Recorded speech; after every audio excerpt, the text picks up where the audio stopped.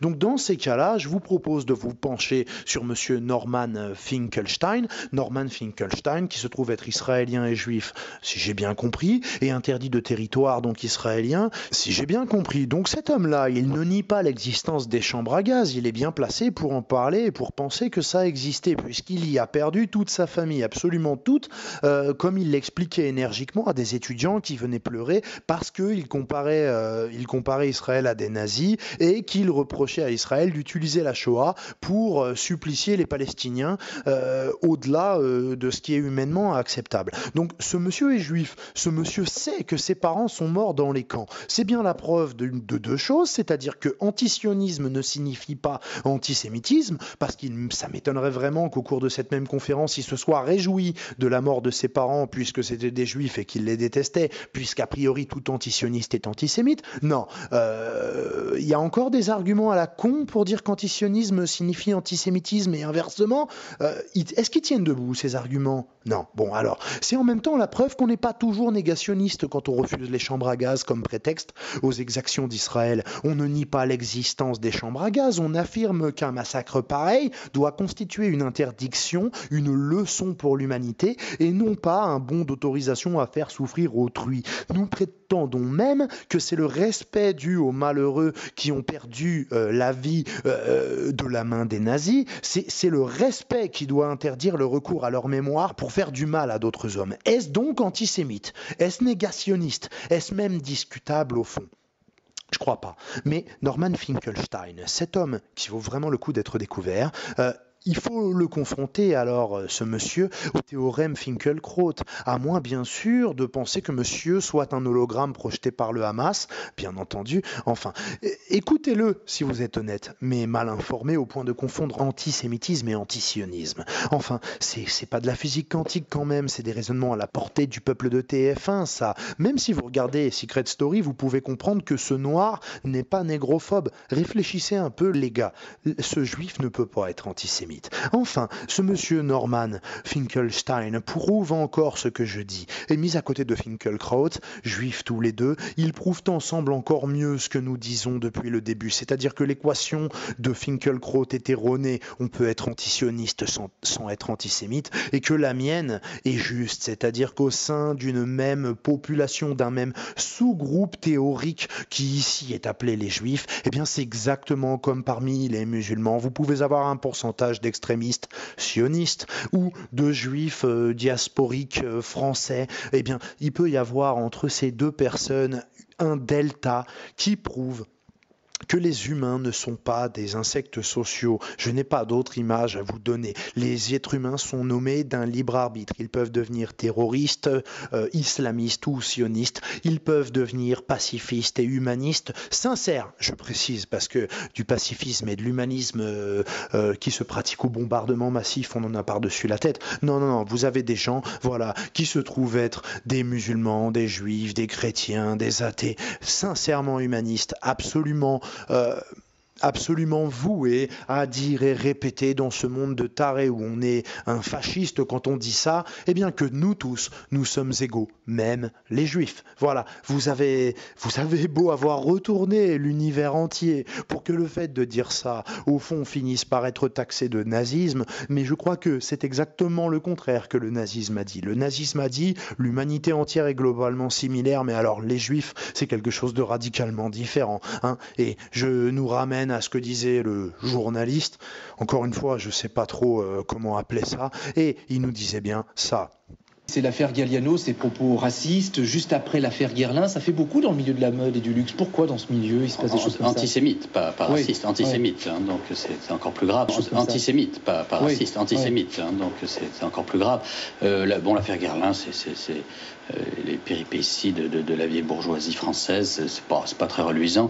Galliano, c'est la déchéance d'un homme, quoi. C'est à la fois une descente aux enfers de quelqu'un qui avait été c'est un peu triste. Antisémite ou raciste, hein, ça se ressemble malheureusement. Enfin, c'est demain, donc, plus grave d'une certaine manière. Nouvelle formule du journal du dimanche demain. Bon. Alors on passe très très vite, vous avez entendu, c'est clair, c'est net, hein, c'est vraiment profond là dans la connerie évidente. Déjà, ce qui est super marrant, c'est que le gars, là, Galliano, a priori, il est drogué, il est bourré, et ce qu'il a dit, c'est très grave. Moi, je suis d'accord, c'est très très grave. Mais l'autre, bah, il est juste grabataire, il est ni bourré, ni sous l'effet de quoi que ce soit. Et il me semble que c'est grave aussi. Lui, il a carrément nié le fait que les Noirs aient déjà travaillé dans l'histoire. Hein. On se demande, moi j'ai travaillé comme un nègre, encore qu'on se demande s'ils ont déjà travaillé cela. Mais vous voyez bien, il y a deux vitesses, et il le dit, il le répète, c'est pas la même chose du tout. Donc peut-être que dans sa tête à lui, nous ne sommes pas tous des êtres humains équivalents. Mais alors là, honnêtement, c'est lui qui est en face des prémices du nazisme dans sa tête. Ou alors j'ai pas vraiment compris ce que disait Hitler à propos des êtres humains et des gens qu'il considérait comme autre chose. Donc voilà, c'est exactement comme les scientifiques israéliens qui essayent d'isoler l'ADN juif. Donc ça prouve aussi que même dans une communauté, vous voyez qu'il y a un racisme qui peut s'installer, parce que quand des gens, pour prouver l'ascendance ou l'appartenance ou l'existence génétique d'une communauté, cherchent un gène, de fait, dans le cas de la communauté juive, ça va, si ça existait, mais mon Dieu, c'est le rêve de Hitler que ça existe, oui ou non? Eh bien, ces scientifiques israéliens, est-ce qu'ils vont pas être amenés à dire, voilà, au sein de la population, eh bien, il y a des juifs qui sont des juifs génétiques et les juifs qui ont été tout simplement convertis, puisque vous n'êtes pas sans savoir, certainement, Shlomo Sand vous en parlera, voilà encore certainement un juif antisémite, pourtant il a l'air d'aimer ses parents qui sont juifs aussi, et peut-être ses enfants qui le sont peut-être aussi, eh bien, ce monsieur explique bien qu'il y a eu des vagues de conversion donc au judaïsme, ce qui veut bien dire que les scientifiques israéliens non seulement essayent de prouver l'existence d'une race juive au sens génétique, je le répète, Hitler ou qu'il soit, ou que soient ses restes, est en train de faire des sauts périlleux de joie en espérant que ça aboutisse à quelque chose, eh bien, un moment ou un autre, ça permettra de dire qui sont les vrais juifs et les mauvais juifs. Je vous parlerai d'une conférence d'un très très grand penseur, d'un génie universel, qui lui aussi s'inquiète beaucoup de la dénaturation a priori du judaïsme par les mariages mixtes et par les conversions, etc. Donc, tout ça, c'est extrêmement malsain. On est complètement d'accord. La différence, c'est que tout ça, c'est très souvent des sionistes qui le font ou des médias qui sont dans une sympathie sioniste qui les aveugle certainement, puisque souvent, c'est des gens qui sincèrement sont contre l'antisémitisme et ont un souvenir effroyable de ce qu'on leur a dit à propos du nazisme, exactement comme moi.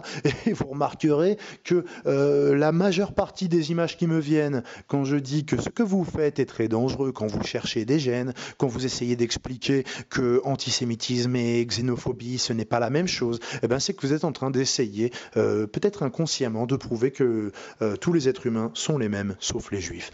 Nous tous, les humains pensants, nous sommes libres de nos opinions et aucun juif ne peut être décrété sioniste, comme aucun musulman ne peut être décrété islamiste, radical et sanguinaire. Voilà. Vos boîtes communautaires sont trop étriquées pour y ranger les êtres humains dans la complexité d'opinion que leur confère le libre arbitre et tant d'autres facteurs.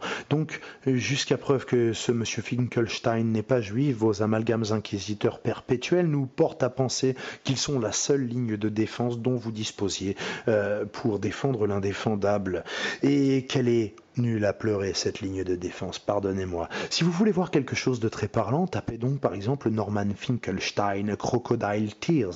Donc Norman Finkelstein, Larmes de crocodile pour la version sous-titrée. Jetez dans la foulée un coup d'œil au film Defamation. Donc ça s'écrit défamation, tapez défamation espace VOSTFR comme version originale sous-titrée française.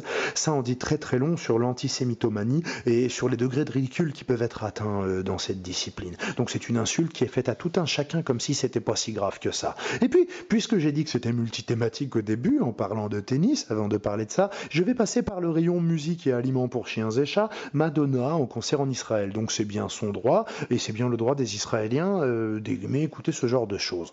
Tout comme d'ailleurs, elle passe en France. Autant dire que je m'en moque, c'est plutôt qu'elle soit à la télé à remuer son vieux derrière osseux qui me prend la tête, et que son album soit annoncé au JT, au cas où un marginal quelconque, comme moi, aurait oublié d'acheter cette merde.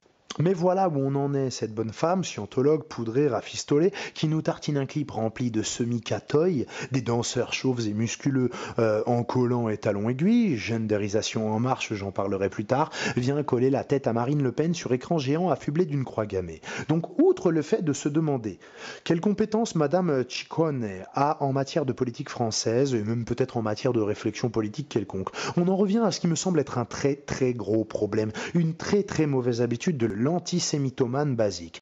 Quelqu'un peut-il me rappeler ce qu'ont fait les nazis au regard de l'histoire qui les distingue, par exemple, de Jean-Marie Le Pen, si l'on entend raisonner encore un peu avant de mourir de consternation?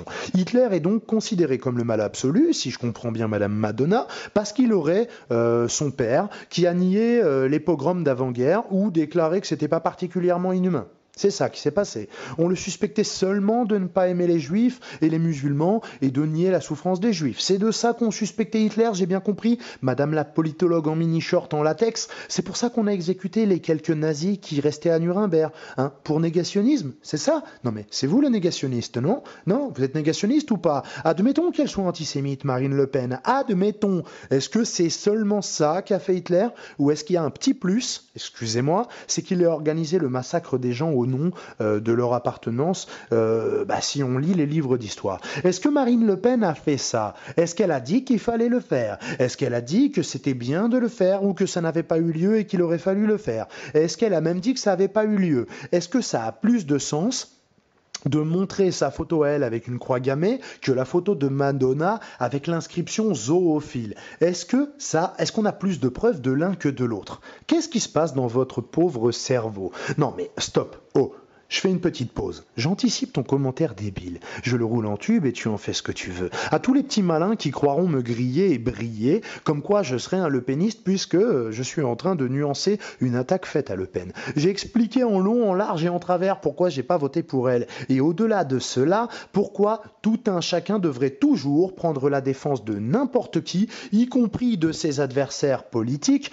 quand ils sont victimes d'un procès injuste. Moi, je ne vote pas FN. J'ai détesté que Marine Le Pen assimile prière de rue et occupation. J'ai trouvé ça douteux. Mohamed Merah et toute l'immigration et tous les bateaux qui arrivent en France, j'ai trouvé ça scandaleux et je l'ai dit. Mais Hitler, lui, il a tué des gens. Si j'ai bien tout compris, qu'est-ce qu'on m'a tout bien expliqué à l'école. Donc, nul besoin d'être le péniste pour dire ce que j'ai dit. Si on traite Marine Le Pen de cannibale, je me demanderai toujours avant de conclure que c'est vrai, si elle a mangé des gens ou pas. Et en fonction de quoi, je la défendrai aussi de cette accusation si elle est injuste. J'ajouterai pour finir que pour écrire, il est utile d'utiliser son cerveau. Mais bien entendu, les petits malins pourraient me répondre « Mais si tu utilises mon cerveau, ça va écrire tout plein de touches, c'est trop gros mon cerveau, c'est mieux d'utiliser mes doigts. » Ouais, vous pouvez relier les doigts et le cerveau. Enfin, je prends Madonna comme exemple, non pas que son avis importe le moins du monde, ou qu'elle ne représente quoi que ce soit, mais pour donner la mesure de l'abysse mental qui consiste à coller des croix gammées sur la tête de tous les gens qu'on supporte pas.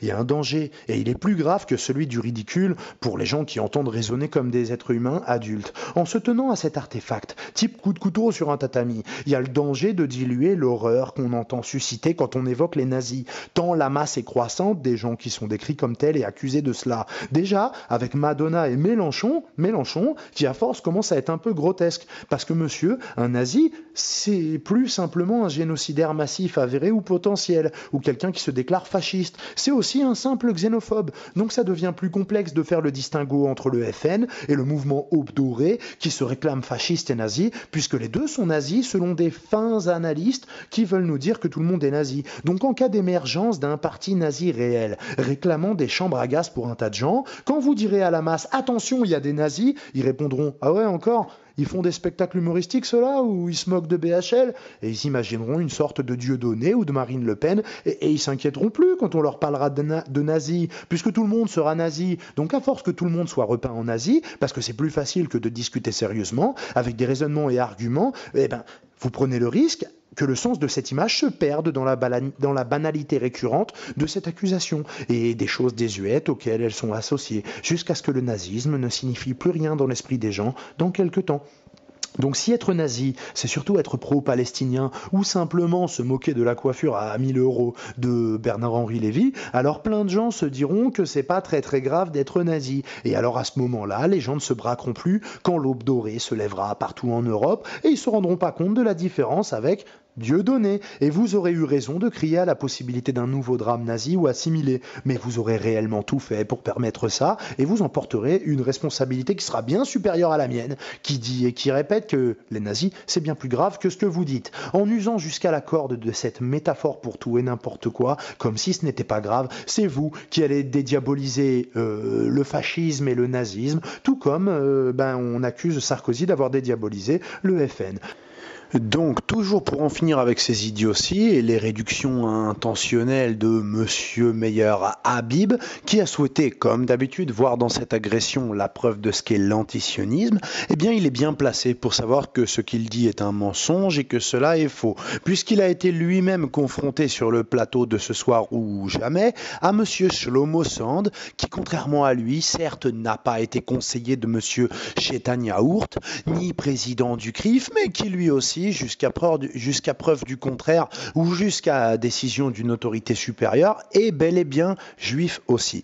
Eh bien, Monsieur Habib sait pertinemment que des juifs de toute nationalité, intellectuels, historiens, journalistes ou autres, se déclarent antisionistes haut et fort, ou même simplement diasporiques, comme Ronnie Broman, comme de nombreux humains. Eh bien, des gens comme Ronnie Broman, comme Finkelstein, comme Shlomo Sand, eh bien, tiennent pour indispensable de penser le monde par eux-mêmes, plutôt que de supposer qu'ils doivent penser ceci, car ils appartiennent corps et âme, ou appartiendraient corps et âme à cela. Donc Monsieur Habib s'en fiche, Monsieur Shlomo Sand n'existe pas, on est dans le négationnisme de certaines personnes, c'est-à-dire qu'on ne nie pas un événement de l'histoire, mais on nie l'existence de personnes appartenant à notre communauté dont on décide qu'ils ne peuvent pas penser différemment que nous, à moins de ne pas exister. Donc en dépit de toute logique, si Monsieur Shlomo Sand existe, eh bien il s'agirait là d'un spécimen de cette créature hypothétique produite par leur raisonnement binaire, c'est-à-dire le fameux